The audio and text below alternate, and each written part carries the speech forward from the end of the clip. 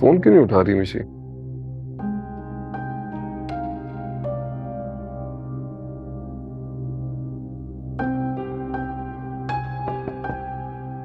जी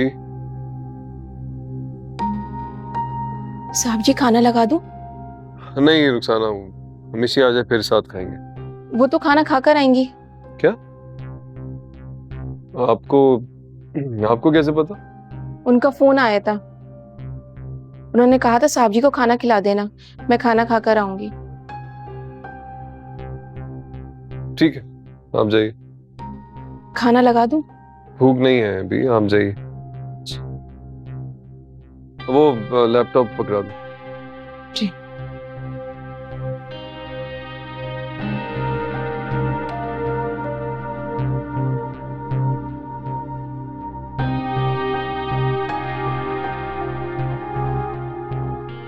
made को phone कर सकती है लेकिन मेरा फोन नहीं उठा सकती।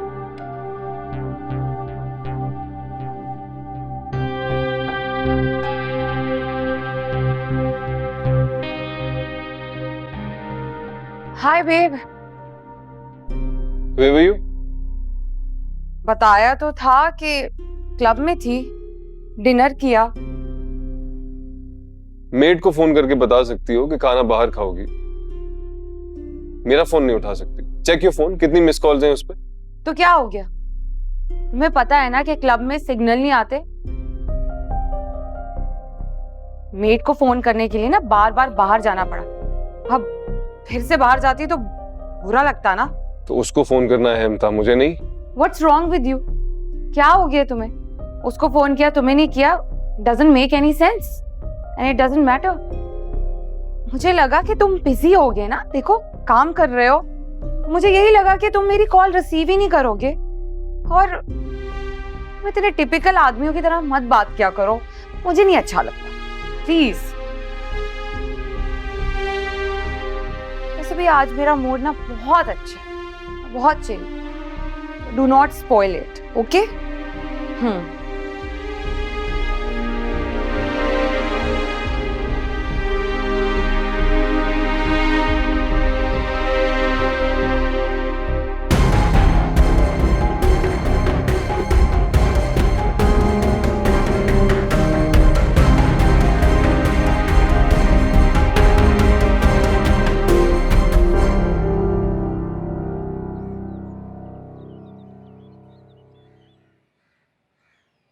शुएब तो साफ साफ कहकर गए, अगली बार आएंगे तो अमल को मुझसे छीन लेंगे।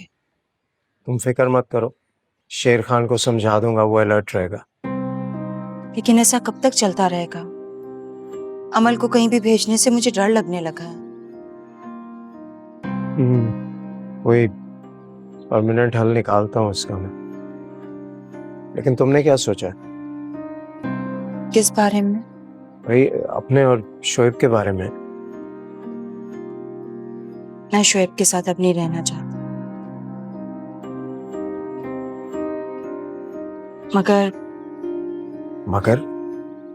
मगर मैं ये चाहती हूँ कि शोएब से तलाक लेने के बाद अमल के साथ मैं उसी फ्लैट में रहूं जो आपने मुझे लेकर दिया था, और कोई जॉब कर लूंगी क्योंकि आप पर बोझ नहीं बनना चाहती। कैसी बातें कर रही हो फरी? मैंने कभी तुम्हें बोझ समझा है कि अपने दूसरे बहन भाइयों को? नहीं ना। कभी नहीं। लेकिन आपकी भी तो अपनी जिंदगी है, कब तक मेरे मसले में उलझे रहेंगे? अब क्या लाइफ है? तो जो कुछ है बस वो तुम लोगों के साथ ही है। महविश और आपके बीच में एक गलत फहमी है। आप देखिएगा, अल्लाह ने चाहा तो बहुत जल्दी दूर हो जाएगी ये गलत फहमी। इसकी कोई उम्मीद नजर तो नहीं आ रही मुझे। महविश हमसे बहुत प्यार करता है, मुझे पता है वो हमारे बारे में कभी बुरा नहीं सोचेगी। अगर मैं उसे वो पिक्चर्स दिखा दूं जिसमें महविश मिशाल के साथ बैठी है, उसका ये मान टूट जाएगा।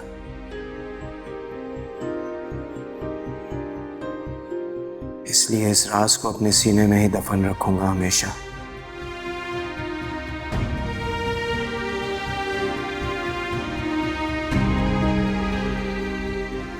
अच्छा फरीद, मुझे मीटिंग में जाना है, बाद में मिलते हैं।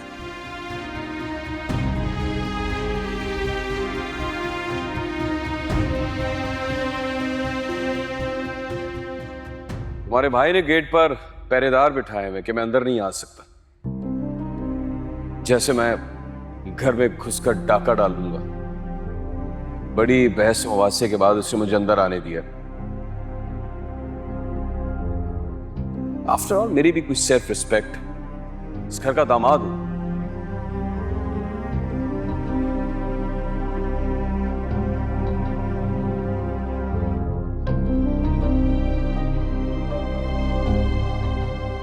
और इनमें से किसी एक बात की भिनक भी भैया को पड़ी ना तो उसी लम्हे तलाक दे दूंगा और अपनी बेटी भी तुमसे छीन लूंगा और उसे तुमसे इतना दूर ले जाऊंगा कि सारी जिंदगी उसकी सूरत देखने को तरस जाओगे। एक बात और, अमल को किसी भी बात का पता नहीं लगना चाहिए, समझ आ गई?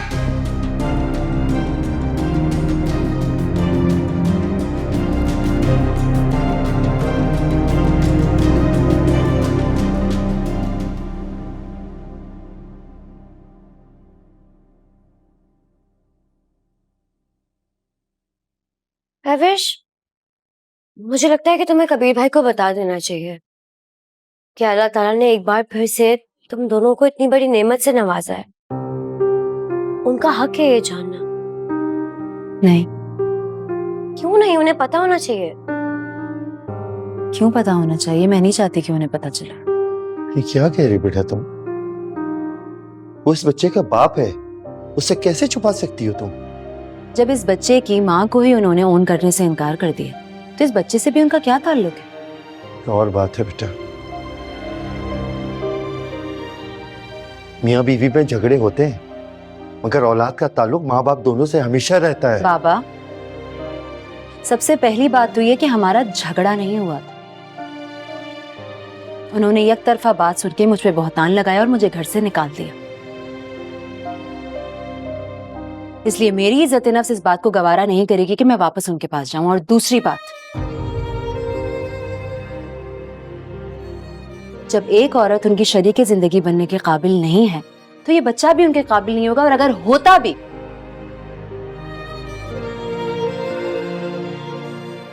तो मेरी कोशिश ये होगी कि उनका साया इस पे ना पड़े। ये सब जज्बाती बातें बेटा, कानून और शरीयत दोनों उसके हक में फैसला दे देंगे, फिर तुम क्या करोगी? जंग करूंगी।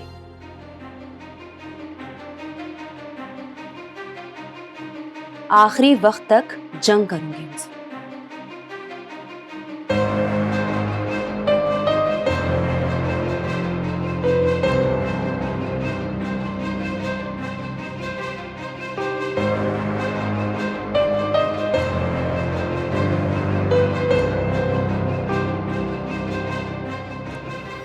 अंकल, आप परेशान मत हो।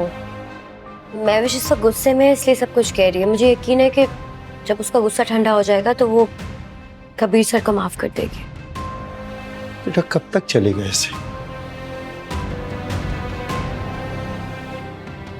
मैं देख कर आती हूँ।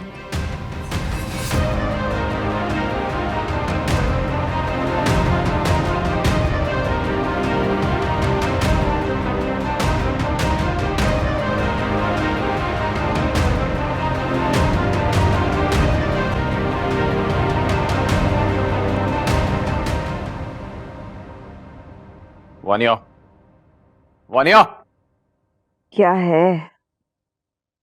वानिया, भी और कितने दिन चलेगा तुम्हारा ड्रामा? तुम्हें क्या तकलीफ है? वानिया, मैं और तुम्हारी औलाद तुम्हारी जिम्मेदारी है कि घर वालों की जिम्मेदारी है? वो नौकरों की तरह कब तक तुम्हारा और मेरा ख्याल रखते रहेंगे? मतलब मैडम को यहीं पे खाना चाहिए, यहीं पे नाश्ते चाहिए, यहीं पे सारे आराम चाहिए। मेरे ऐसे नसीब कहां जो मेरे लिए नौकर हो।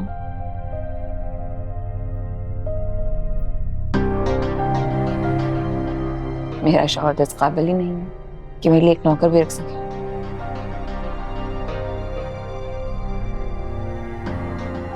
सारी जिंदगी भैया के टुकड़ों पे ही तो पलते रहे। उसके बावजूद पूरे घर के नौकरों पे राज तो तुम करती हो, हुक्म तुम चलाती हो, अपना कोई काम उठ के तुम करती नहीं हो। तुम्हारे बच्चे को भी अगर कोई जरूरत होती है ना तो तुम नौकरों को आवाज देती हो। अरे 2 दिन बिस्तर पे क्या बैठ गई, तुमने तो तमाशा ही कर डाला। 2 दिन मानिया, 2 दिन नहीं, जब से तुम इस घर में शादी होके आई हो ना, मैंने तुम्हें कभी कोई काम करते हुए नहीं देखा है। कभी तुमने इस घर की कोई जिम्मेदारी नहीं उठाई। हर वक्त घूमना फिरना, खाना पीना, शॉपिंग, बस यही सब कुछ होता है।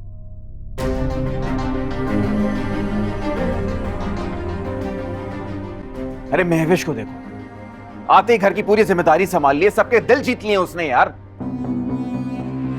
महविश, महविश, महविश।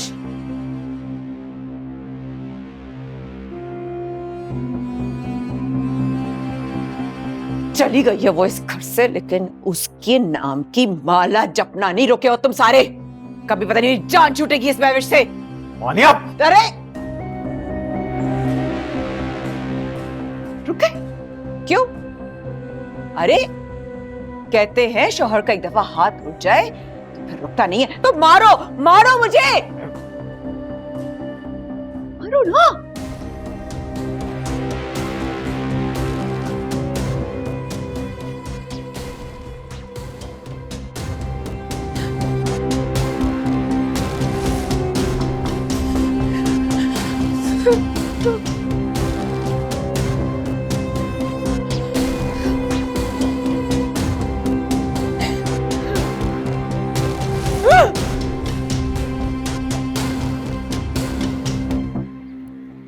डिज़ाइनर से आप कहें कि स्केचेस बनाकर पहले मुझसे अप्रूव करवाएं, जो भी उसमें चेंजेस होंगी फाइनल सबमिशन से पहले हम देख लेंगे, फिर उसमें से जो अप्रूव होगा उसके ऊपर ही काम होगा। और आपको पता है ऑर्डर कितना इम्पोर्टेंट है, इसमें बहुत आपने अलर्ट होकर काम करना है। कोई मुझे किसी किस्म की कोताही चाहिए नहीं, because it's very important. Core team आप लोगों की मैंने बना दी है, राहत साहब उसके इंचार्ज हैं, आपको अभी पूरी ब्रीफिंग दे देंगे। Okay boss. तो जिस तरह से वो कहेंगे उस तरह से फिर सारा सिस्टम देख लीजिएगा क्या करना है। जी बॉस, मैं समझता हूँ। अच्छा, डेडलाइंस मीट करना बहुत इंपॉर्टेंट है। 3 मंथ्स का टाइम है हमारे पास। अब उसमें शिफ्ट्स की अरेंजमेंट कैसे करनी है वो आप देख लें, because it's very important. I can not compromise on that, क्योंकि क्लाइंट बहुत स्पेसिफिक है अपनी डेडलाइंस के ऊपर। जी बहुत। राहत साहब बता रहे थे कि एशिया की सबसे बड़ी ग्रुप ऑफ कंपनी है और इसके आउटलेट सारी दुनिया में है सर। बिल्कुल बिल्कुल, it's the biggest opportunity we have. इसीलिए मैं चाहता हूँ एक दफ़ा ये ऑर्डर सही से प्रोसेस हो जाए तो आगे तो फिर रेगुलर काम इंशाल्लाह चलता ही रहेगा। चलें, ऑल द बेस्ट। राहत साहब से मिलने आप लोग।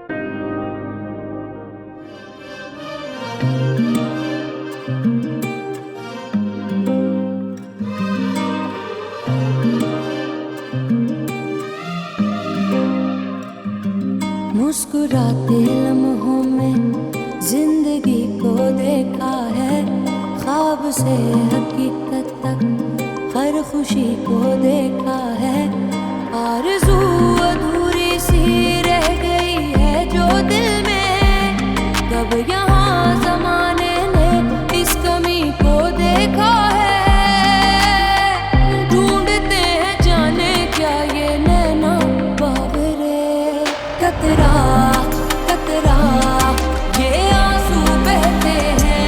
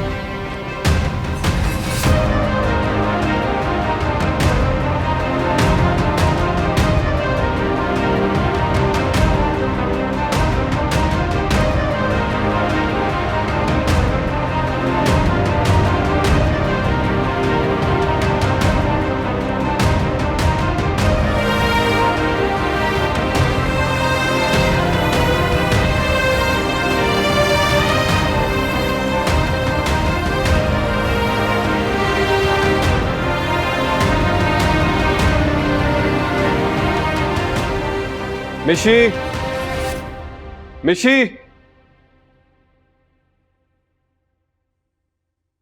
What is it? क्या कयामत आ गई? ऑफिस छोड़ के आना पड़ा मुझे। फाइनेंस डिपार्टमेंट के साथ इतनी इंपॉर्टेंट मीटिंग थी, I had to cancel that. तुमने तो इतनी लंबी तकरीर ही करना शुरू कर दी है। कोई इमरजेंसी थी तो तुम्हें बुलाया ना अलमीर। एक मिनट, रुखसाना, मुझे पानी ला दें और 5 मिनट बाद ब्लैक कॉफी ला दीजिएगा। जी। What is it? क्या है? अलमीर, आंटी का फोन आया था। कौन आंटी? रिजवाना आंटी, अम्मी की फ्रेंड जिनका ये घर है।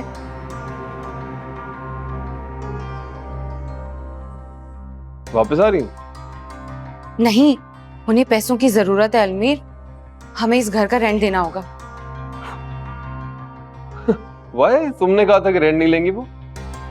उनको शायद जरूरत होगी, पैसे मांग रही हैं। अब मैं क्या कर सकती हूँ?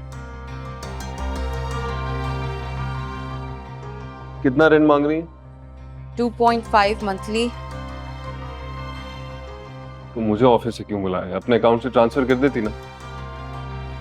अलमीर, उन्हें 6 मंथ्स एडवांस और 6 मंथ हम जो यहाँ रह चुके हैं ना, टोटल रेंट चाहिए। 30 लाख।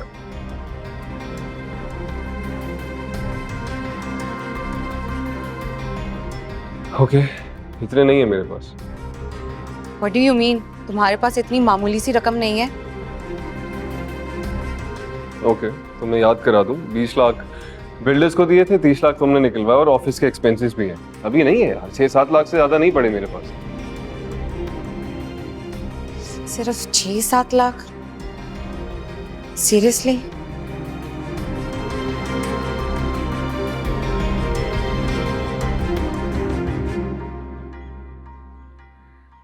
हाँ, बस मैं आ गया हूँ, आप भी आ जाएं। ओके।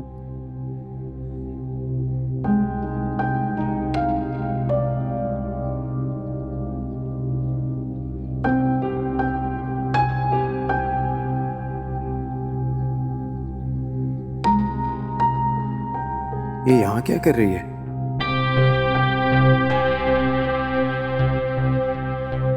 हेलो। हाँ महविश, मैं तुम्हारे ऑफिस के नीचे खड़ी हूँ, बस जल्दी से आ जाओ नीचे।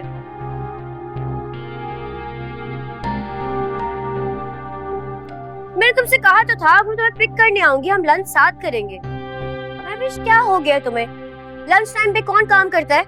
बंद करो ऑफिस के सारे लैपटॉप और चीजें और नीचे आओ। महविश ने जॉब कर ली? तुम्हें पता है ना डॉक्टर ने तुम्हें क्या कहा था? तुम्हें अपनी डाइट का सख्ती से ख्याल रखना है। मैं कुछ नहीं सुनूंगी, नीचे आओ, मैं वेट कर रही हूँ तुम्हारा। बस जल्दी से आ जाओ।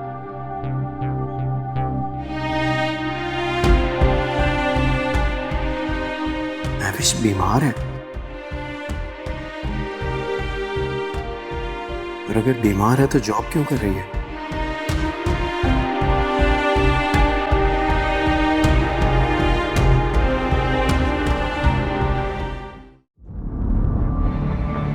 भाई ने कल का टाइम भी दे दिया था, लेकिन उनके वहाँ बिजनेस का कोई इशू हो गया, उनको फौरन जाना पड़ा। अब क्या होगा? होगा वही जैसा मैं चाहूंगी। मैं आपकी बेटी ना सही, लेकिन आपने तो मुझे बेटियों की तरह पाला था ना, तो फिर आप ही बताएं कौन सी माँ अपनी औलाद के साथ ऐसा करती? What are you saying अलमीर? तुम्हें पहली पेमेंट तो हो गई होगी ना? पेमेंट में डिले है, पता नहीं कब तक आएगी। किस तरह का बिजनेस कर रहे हो तुम अलमीर? शिपमेंट गए हुए 2 माह हो गए और तुम कह रहे हो कि पेमेंट नहीं आई अभी तक? मिशी, बिजनेस है, डिलेज हो जाते हैं। कैसे हो जाते हैं डिलेज? तुम्हें इनसे सख्ती से बात करनी चाहिए। मिशी, ये एक ही बड़ा ऑर्डर है मेरे पास, मैं इन लोगों से नहीं बिगाड़ सकता। तुम आंटी से टाइम ले लो 10-15 दिन का, देखता हूँ क्या करना। वो नहीं मानेंगी, उन्हें आज ही चाहिए। मैंने किसी तरह उन्हें रात तक रुकवाया है, पेमेंट ट्रांसफर करनी ही पड़ेगी। उन्हें क्या पता हमारे पास 30 लाख भी नहीं है, हम इतने गरीब हो गए। सिचुएशन तुम्हारे सामने है। फ्रॉम स्क्रैच बिजनेस शुरू किया मैंने, कोई पैसे नहीं है मेरे पास अभी। वो तो शुक्र है कि इतना बड़ा ऑर्डर मिल गया, लोगों को सालों लग जाते हैं। कुछ भी करो अलमीर, आंटी को आज ही पेमेंट चाहिए।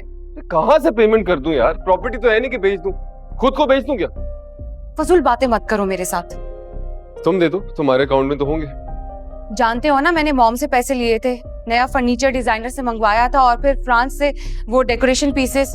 मेरे पास तो कुछ भी नहीं है, सब कुछ खत्म हो चुका है। निशी, हम रेंट के घर में रहते हैं, इतना खर्चा करने की क्या जरूरत है? कल को आंटी ने कह दिया घर खाली कर दे तो?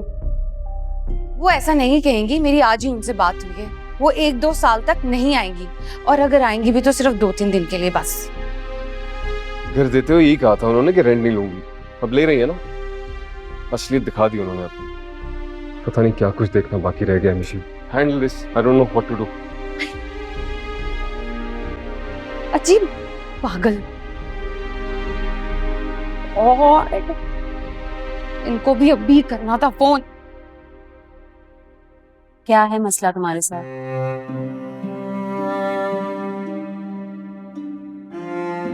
तुम्हें पता है ना कि मैं लंच घर से लेकर आती हूँ, फिर बाहर जाने की क्या जरूरत?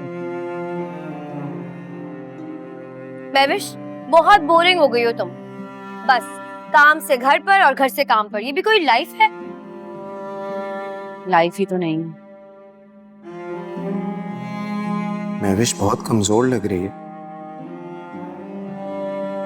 क्या हुआ इसे? महविश, किसी के चले जाने से जिंदगी रुकती नहीं है। हाँ, जिंदगी रुकती नहीं है, लेकिन किसी के चले जाने से जो असर आपकी जिंदगी पे पड़ता है ना, वो बहुत खराब हो। अच्छा चलो छोड़ो ये सब कुछ। तुम्हें पता है मैंने एक बहुत अच्छा सा रेस्टोरेंट डिस्कवर किया है, वहां चल के लंच करते हैं। चलो, बहुत मजा आएगा। आओ, तुम्हें अच्छा सा पास्ता खिलाऊंगी।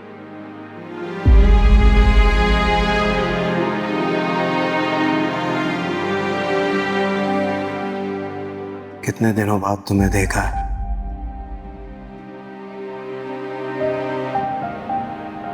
अभी तो जी भर के देखा भी नहीं और तुम चली गई।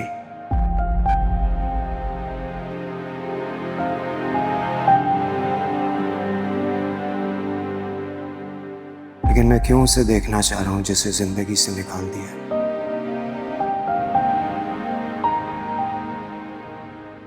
पता नहीं किसका मान टूटा है,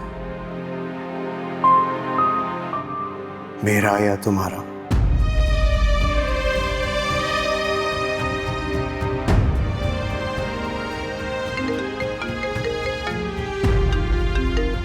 हेलो जी, इकबाल साहब, मैं आ गया हूँ बस।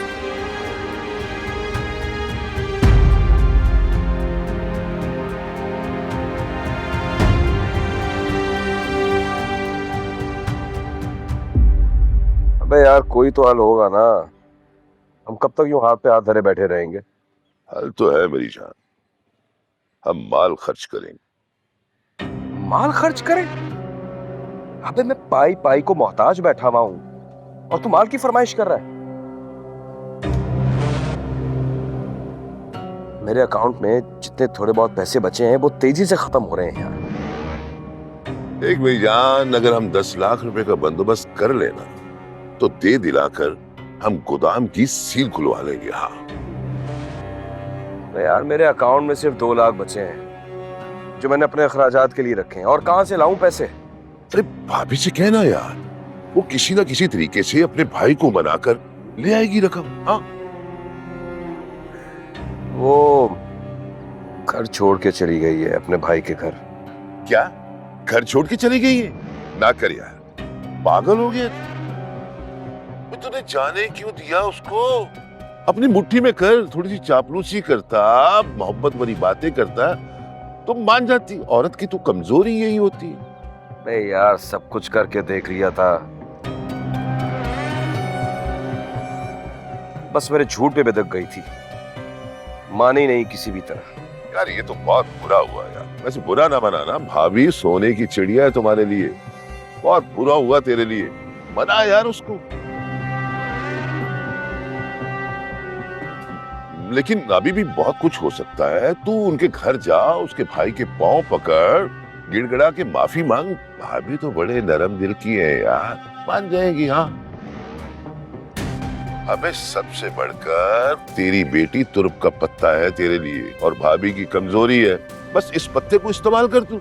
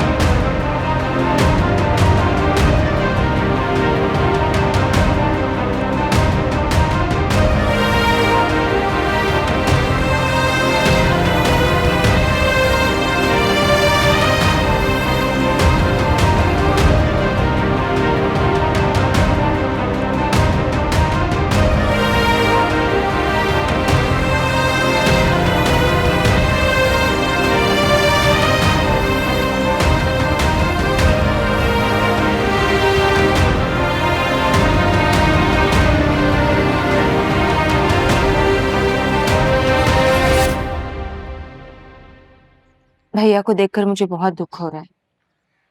कितना खुश थे वो, कितना प्यार करते हैं महविश से। मुझे तो समझ में नहीं आ रहा कि आखिर ऐसा क्या हुआ है जो भैया महविश के साथ इतना बदगुमान हो गए हैं। बस हासिदों का हसद खा गया उनके प्यार को।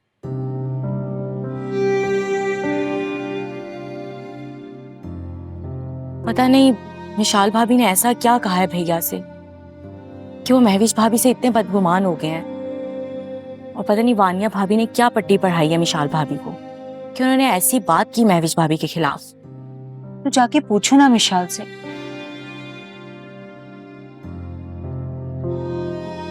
आखिर उस दिन ऐसा क्या हुआ है? मैं भी यही सोच रही थी मगर मुझे कुछ समझ नहीं आया। मेरा दिल इतना खराब हो गया था कि मैं मम्मी के साथ चली गई उनके घर। भैया अपनी नफरत का कितना भी इजहार कर ले महविश के लिए,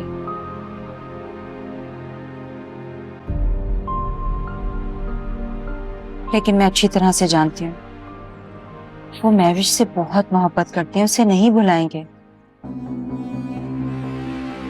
इस मसले को क्लियर करना बहुत जरूरी है। क्या हुआ? भैया के बारे में बात हो रही है? चारे भैया, इतनी छोटा सा चेहरा निकल आया है उनका। शातिर और मक्कार लड़की, चारे हमारे भैया का दिल किस तरह तोड़कर चली गई है। दुख मेरे भैया और भाभी को किसी और ने पहुंचाया है।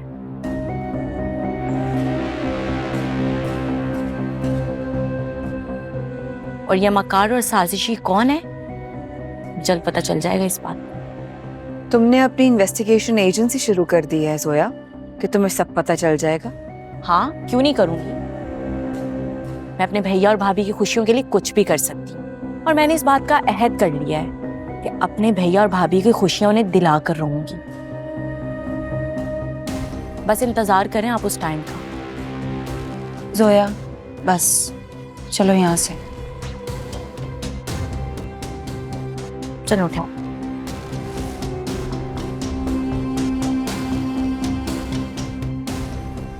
विद्दी विद्दी का शोरबा मुझे सिखाएगी, पता चल जाएगा बहुत जल्दी। कर ले पता तू।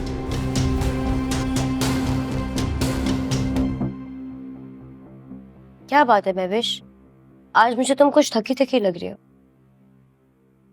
बॉस का ऑफिस सेकंड फ्लोर पे शिफ्ट हो गया है तो आज उनसे डिस्कशन करने के लिए काफी ऊपर नीचे होना पड़ा। तो महविश, तुम्हें उनसे बात करनी चाहिए थी। इस कंडीशन में तुम्हारा इतना सीढ़ियां ऊपर नीचे उतरना चढ़ना ठीक नहीं है। शीबा, मैं वहां जॉब करती हूँ, उसकी बस सैलरी लेती हूँ, तो ये सारी बातें करने की जरूरत नहीं है। एक तो महविश मुझे ये समझ में नहीं आता कि तुमने अपने ऊपर इतना बर्डन क्यों लिया हुआ है। इस वक्त तुम्हें रेस्ट करना चाहिए। मैं कमजोर नहीं पड़ना चाहती शीबा, पूरी तवानाई के साथ ये जंग लड़ना चाहती हूँ।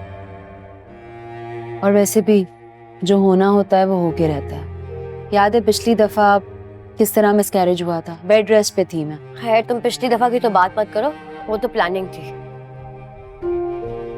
प्लानिंग हो या कुछ भी हो, अल्लाह ताला की हिकमत के आगे किसी की नहीं चलती। वो जब चाहता है इस दुनिया में किसी को भेज देता है और जब चाहता है वापस बुला लेता है। वैसे ये तो तुम बिल्कुल ठीक कह रही हो, लेकिन महविश फिर भी हमें चाहिए कि हम अपनी तरफ से एहतियात करें। कौन सी एहतियात? अब वो अंकल, मैं महविश को ये कह रही थी कि आजकल हालात बहुत खराब हो गए हैं और अभी परसों ही मेरे ऑफिस के एक लड़के का मोबाइल स्नैच हो गया। तो मैं महविश को ये कह रही थी कि हमें भी एहतियात करनी चाहिए और रोड पर फोन नहीं यूज करना चाहिए। ये बात तो बिल्कुल ठीक कहा तुमने बेटा। और वैसे भी मैं रास्ते में मोबाइल इस्तेमाल करने के हक में बिल्कुल नहीं हूँ। जरूरी है थोड़े देर का सफर होता है ऑन करके रखा जाए मोबाइल? भाई घर से ऑफ करके निकलो। अच्छा ये गरम गरम सूप है, तुम दोनों पी लो, खाने में भी टाइम है। अंकल आपने ये सूप बनाने की जहमत क्यों की? मैं नीचे आ रही थी आपकी हेल्प करवाने।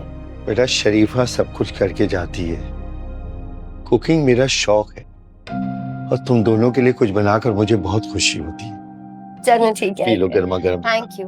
चलो महविश फटाफट से ही पियो, वैसे ही मुझे तुम बहुत वीक लग रही हो आज।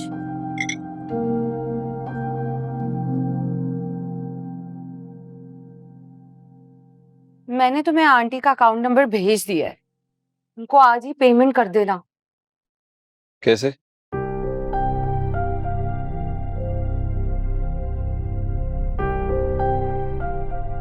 मेरे पास तो पैसे नहीं।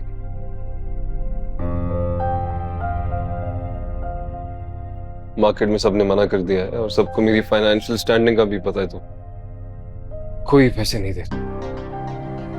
तुम्हें सीरियसली लगता है कि मुझे इन चीजों से फर्क पड़ता है?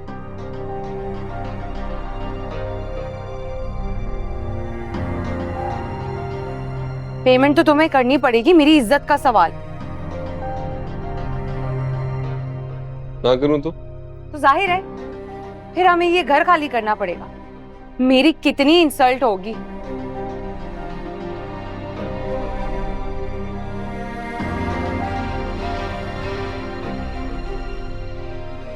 सब क्या कहेंगे? मैंने ऐसे लड़के से शादी की है जो एक मामूली सा घर नहीं अफोर्ड कर सकता।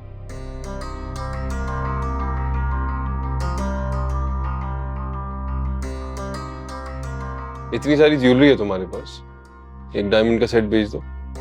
मैं क्यों अपनी ज्वेलरी बेचूं?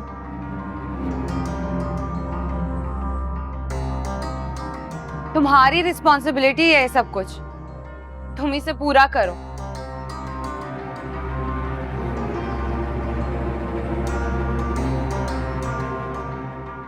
आज ये बात कह दी है, आइंदा मत कहना।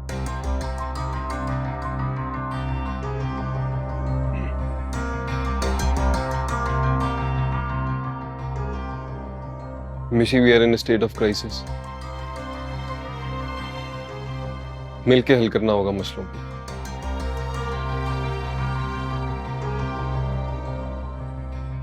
ऐसे में अकेला क्या फर्क पड़ता है? एक दो सेट भेज दो, हम और ले लेंगे। मैं तुम्हें और दिला दूंगा, आई प्रॉमिस। तुम्हें पता है ना कि ज्वेलरी मेरी कमजोरी है।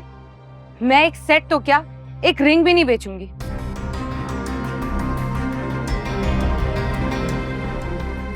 और मैं मंडे को ही सारी ज्वेलरी है ना लॉकर में रखवा रही हूँ, ताकि ना वो घर में रहे और ना तुम इस तरह की फजूल बातें सोचो। मंडे से पहले मुझे कार्रवाई करनी पड़ेगी, वरना सामान चला जाएगा।